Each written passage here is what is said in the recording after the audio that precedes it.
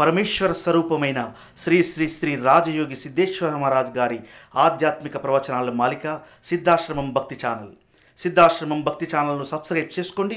ఆశ్రమంలో జరిగే కార్యక్రమాలు, స్వామివారి ప్రవచనాలను సిద్ధాశ్రమం ఛానల్ ద్వారా వీక్షించండి. చాలా మంది ఉంటారు. దీనికి ఏం చేయాలి, ఎక్కడ ఆలోచన కూడా చాలా తక్కువ ఉంటాయి. మేము ఎంత సాధన చేసినా కూడా మా మనసును తీస్తారు.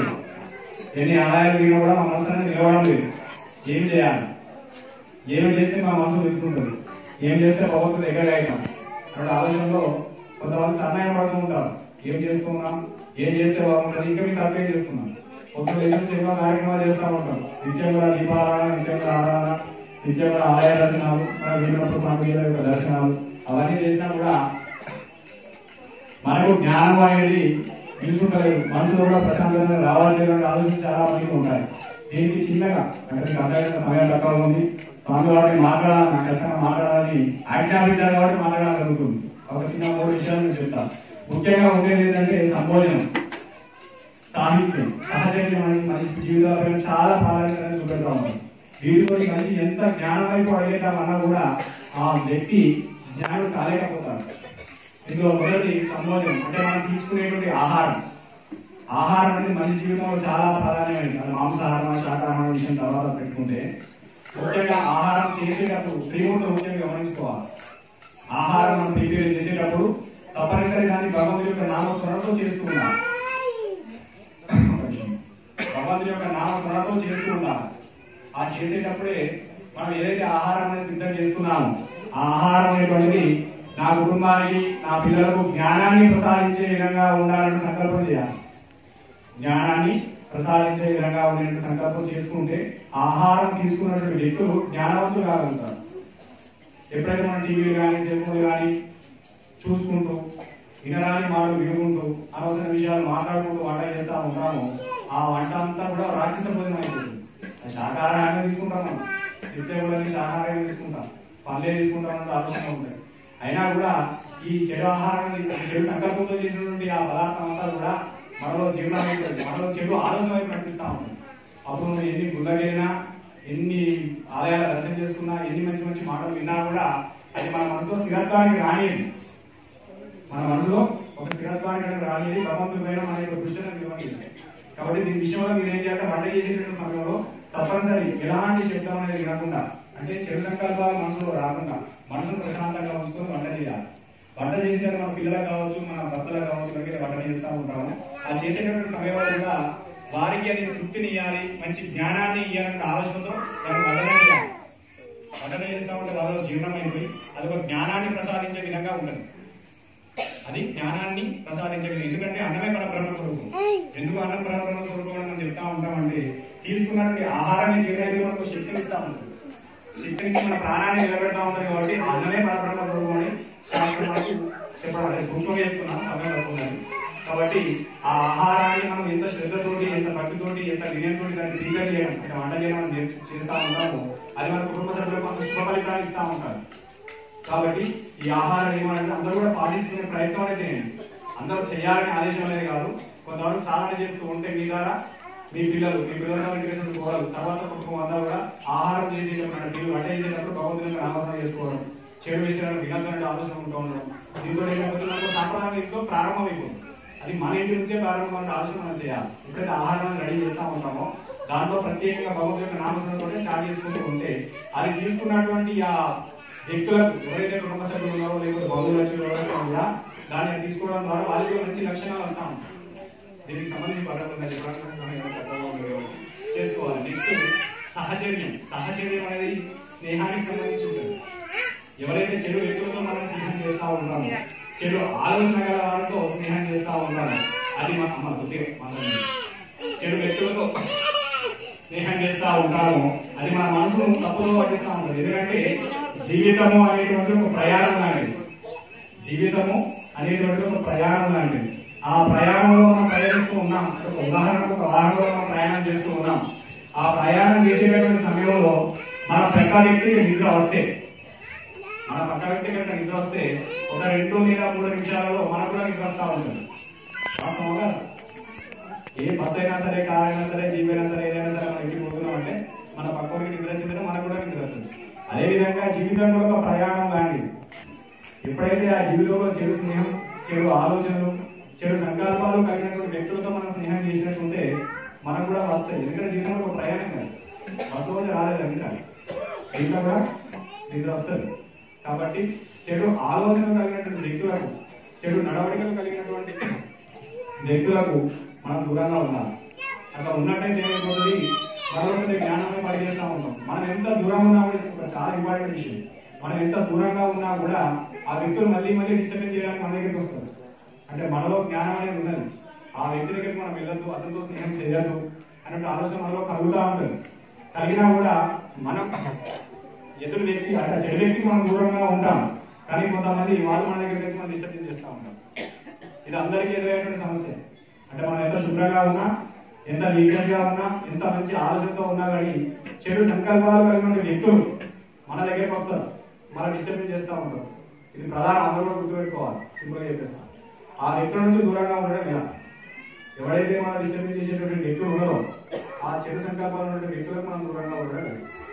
ఒకసారి మన దగ్గర వ్యక్తికి మన పనులు ఎట్లయినా ఖరాబ్ చేయడానికి వస్తారు. వచ్చినప్పుడు ఆయన కూర్చుని పెట్టాలి, కూర్చుని పెట్టి ఆయన వ్యక్తికి ఒకటే విషయం వినాలి. విని ఏం చేయాలంటే మన స్వామిజీ ఇలాంటి వాళ్ళు చెప్పినటువంటి ప్రవచనాలు ఎలా ఉంటాయి, ఎన్నో మంచి మాటలు ఉంటాయి, లేదా ఎన్నో మన పురాణాలు, ఎన్నో గ్రంథాలు ఉన్నాయి. వాటిని ఒకసారి మనం జ్ఞప్తి తెచ్చుకోవాలి, గుర్తు తెచ్చుకోవాలి. తెచ్చుకొని దాంట్లో ఉన్నటువంటి మంచి విషయాలను చెప్తూ ఉండాలి. ఒకసారి వస్తారు చెప్పినాం, మధ్యలో వెళ్ళిపోతారు. రెండోసారి వస్తారు, అదే చెప్తాం, మధ్యలో వెళ్ళిపోతారు. మూడోసారి వస్తారు, చెప్తాం, ఇక నా వల్ల కాదరా బాబు, ఈ సోపతికి బంద్ అంటాడు, ఈ సోపతి కన్నా బంద్ అంటాడు, లేకపోతే వాడన్నా జ్ఞానం అవుతాడు, వాడన్నా జ్ఞానం అవుతాడు. ఇవి ఏంటంటే ఏది జరిగినా మనకు మంచిది. అంటే మన చెడగొట్టినప్పుడు మన జ్ఞానే, మనకు సపోర్ట్ చేసినా మనకు తండ్రిగానే లేదు, వాడు మన నుంచి దూరమైనా మనం తండ్రిగానే. అంటే మనం ఏం చేయాలి, దీంతో కూడా జ్ఞానాన్ని ప్రదర్శించాలి. వచ్చినటువంటి వ్యక్తిని దుర్భాషలాగా, నువ్వు నీచుడుగా, నువ్వు చెండాలన్న వ్యక్తిని నువ్వు దూరంగా ఉండాలని చెప్పరాదు. భగవంతుని యొక్క అనుగ్రహాన్ని మన పైన ప్రదర్శించే విధంగా ప్రయత్నం చేసుకుంటూ ఆ జ్ఞానాన్ని మనం పొంది, ఆ పొందినటువంటి జ్ఞానాలు కొంత బాగా మనకు చెప్తూ ఉండాలి. చెప్తూ ఉన్నప్పుడు ఏమవుతుంది, ఆ వ్యక్తిగా మాట్లాడు, లేకపోతే మనకు దూరం ఏ రకం దూరం అయితే మన రోగకుండా తిరగకుండా మంచి మనసుతో దూరం అయిపోతుంది. అట్లా మారడం ఆ వ్యక్తికి మంచిది, అతను దూరంగా అవడం మనకు మంచిది. వాడు మంచోడుగా మారడం అనేటువంటిది ఆ వ్యక్తికి మంచిది అవుతుంది. లేదు ఆ వ్యక్తి మనం దూరంగా కావడం అనేటువంటిది మనకు మంచిది. ఏమైతే జీవితంలో ముందు చెప్పిన చెడు ఆలోచనలు, ఎన్ని ఆలయాలు విన్నా, ఎన్ని మంచి మాటలు విన్నా కూడా మనలో వచ్చేటటువంటి భావానికి ముఖ్య కారణాలు గుర్తుపెట్టుకోవాలి. సింపుల్ గా స్నేహం అనేది ఒకటి, వంట అనేది ఒకటి, తర్వాత సాహిత్యం అనేటువంటి ఉంటుంది. మనం చూసేటటువంటి టీవీ కావచ్చు, సెల్ ఫోన్ కావచ్చు, రకరకాలుగా ఉన్న సాంకేతిక పరిజ్ఞానాలు కావచ్చు. అలా చూసే చాలా మంది ప్రతి ఒక్కరిగా సెల్ ఫోన్ ఉంటుంది. సెల్ ఫోన్ మంచిగా వాడుకున్నామని వాడుకున్నంత దానికి అందరికీ చెడు వాడుతున్నారు. అది పిల్లలు కావచ్చు, పెద్దలు కావచ్చు, ఎవరైనా కావచ్చు, దానికి దూరంగా ఉంచాలి. అంటే చెడు సాహిత్యానికి, చెడు సినిమాలకు, చెడు సీరియళ్లకు, చెడుగా చూపెట్టేటువంటి ఆ సాంకేతికాలకు అనేది కూడా దూరంగా ఉన్నప్పుడు ఒకసారి మనం సినిమా చూస్తే చుట్టగలనండి, ఒకసారి ఒక చెడు విషయాన్ని కానీ ఒక చెడు విషయాన్ని కానీ మనం చూస్తే అది మన నుంచి దాదాపు ఒక 8-10 రోజుల వరకు అంశం అనేది వెళ్ళిపోదు. 8-10 రోజుల వరకు అంశం అనేది మన నుంచి వెళ్ళిపోదు. ఎప్పుడు కూడా గుర్తుకొస్తా ఉంటుంది. ఎందుకంటే దాన్ని మనం మంచి మాటలు చెప్పేదాన్ని వినడం కన్నా చెడును చాలా దగ్గర చూస్తాం. ఎందుకంటే ఆ రకంగా చూపెడతా ఉంటారు, అంత ఇంట్రెస్ట్ గా చూపెడతాం. ఒక నిమిషం దాన్ని ఆపి మళ్ళీ మనం 23:30 గంటలు ఆపుతాం సీరియల్ ద్వారా. ఆ తర్వాత మన ఏమైపోతుంది అని ఆతృతతో చూస్తూ ఉంటాం, అంతేనా కదా? కాబట్టి అది ఎందుకంటే మన మనసును ఆ రకంగా దాన్ని కట్టేసే విధంగా మన చెడును మంచిగా క్రియేషన్ చేసి మనకు చూపెడుతున్నారు, చెడును మంచిగా క్రియేషన్ చేసి మనకు చూపెడుతున్నారు. కాబట్టి మనం భగవంతుడు ప్రసాదించిన దానికి, స్వామీజీ లాంటి వాటి మంచి వ్యక్తులు మనకు ప్రసాదించిన పరిజ్ఞానం మేరకు దాన్ని మనం దూరంగా చేసుకోవాలి. దూరంగా చేసుకుంటే ఏంటంటే మనం జ్ఞానమే పనిచేస్తా ఉంటాం. ఎప్పుడైతే చెడు ఆలోచనలకు, చెడు చూపులకు మనం దూరంగా ఉన్నామంటే మనలో ఆటోమేటిక్ గా జ్ఞానం అనేది పెరిగినట్టే. ఎప్పుడైతే నీలో చెడు ఆలోచనలు దూరం అవుతున్నాయో, ఎప్పుడైతే చెడు అనేది మనం ముందు జరుగుతున్నప్పుడు మనం దానికి దూరంగా ఉంటున్నామో అప్పుడు మనకు జ్ఞానం అనేది ప్రారంభమవుతుందంటే లేక మన మనసుకు సంబంధించి ఉంటుంది. కాబట్టి చెడు సంకల్పాలకు, చెడు ఆలోచనలకు దూరంగా ఉండాలి. సాహిత్యము, సహచర్యము, ఈ సంబోధన 3 అంశాలలో శుభ్రత పాటించండి. మన మనసులో ఎంత ప్రశాంతత అనేది కలగాలన్నా ఇది 3 ప్రధానం. భోజనం ఒకటి, స్నేహం ఒకటి, సాంకేతిక పరిజ్ఞానం అంటే ఒకటి. వీటిని అన్నింటినీ కూడా బంధేయమని చెప్పలేదు. వాటిలో మంచిని చూడండి, మంచిని మలుచుకోండి, మంచి విషయాలు తెలుసుకోండి, మంచి జ్ఞానాన్ని తెలుసుకోండి. అందరికీ ఓపెన్ ఎందుకంటే సమయం కూడా తక్కువ ఉందని కామెంట్ గారు కూడా చాలా పొద్దున్నది కాలంగా చేసి అలసిపోయి ఉంటారు, మీరు కూడా అలసిపోయి ఉంటారు కాబట్టి ఎక్కువ మాట్లాడితే ఇబ్బంది అయితే అందరికీ ఉద్దేశంతో ఓం నమః శంకర భగవానికి జై, కృష్ణ మహారాజుకి జై. सिद्धांत बोध चिंतन से गुरुदेव दत्त. हर हर हर हर భోజనం చేసిరా చేయబట్టి మనిషిపోతే పోకు భోజనం చేస్తులు కూడా చేయవచ్చు చేయబట్టి మన ఇంటికైనా వెళ్ళచ్చు. ఈ రోజుతో అయిపోయింది కాదు, ఇవన్నీ చూసిరు కదా, ఇక ఎప్పుడు వస్తుందా ఏదనుకోవాలా రావాలి. కానీ మనది ముందే తీరి ఇందాక చెప్పినటువంటి విషయంలో నలుగురికి కీడు చెయ్యకండి, నలుగురికి మేలు చెయ్యండి, పరోపకారంగా ఉండండి, 10 మందిని పీడించకండి. కొందరు ఉంటారు అహంకార లక్షణం గలవారు, దుర్గుణాలు గలవారు, దుర్బుద్ధి గలవారు. వాళ్ళు ఎప్పటికీ ఎదుటి వాళ్ళని చూసి ఇప్పుడు మైక్ సాల్వ్ చేసినట్టు. అందుకే మన జాగ్రత్త మనకు. నవవిధాన భక్తుల్లో ఏ భక్తి పట్టుకున్నా, ఏ భక్తితో నడిచినా మనము మంచి మార్గానికి పోవడం సంస్కారం అవసరం. కాబట్టి మరి అందరూ కూడా ఫోటోలు అనుకున్నారు, కానీ ఫోటోలు సమయమేమా సిద్ధేశ్వర మహారాజ్ ఫోటోలు కదా. అయితే ఫోటోలు దిగాలనుకున్న వాళ్ళు మరొక నాకు అయిపోతుంది. ఎందుకంటే ఇప్పుడు మీ అందరితో దిగాలంటే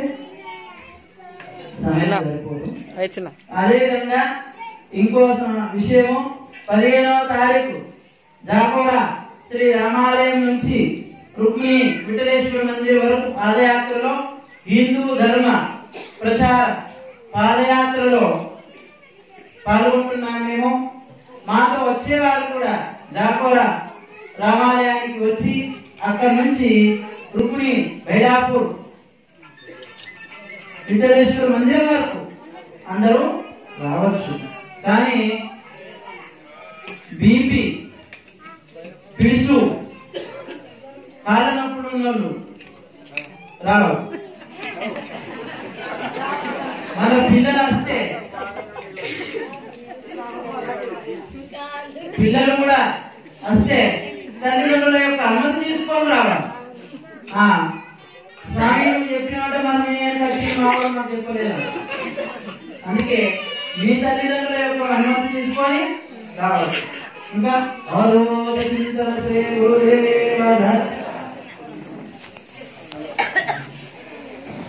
ఇక సిద్ధేశ్వర మహారాజు చిన్నగా సత్కార్యాన్ని ఇంకా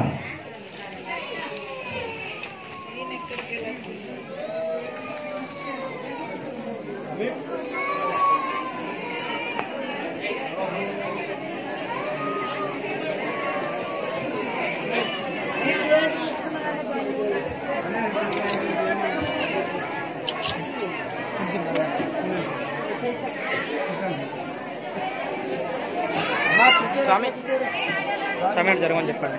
స్వామి స్వామి స్వామి కొంచెం కాబట్టి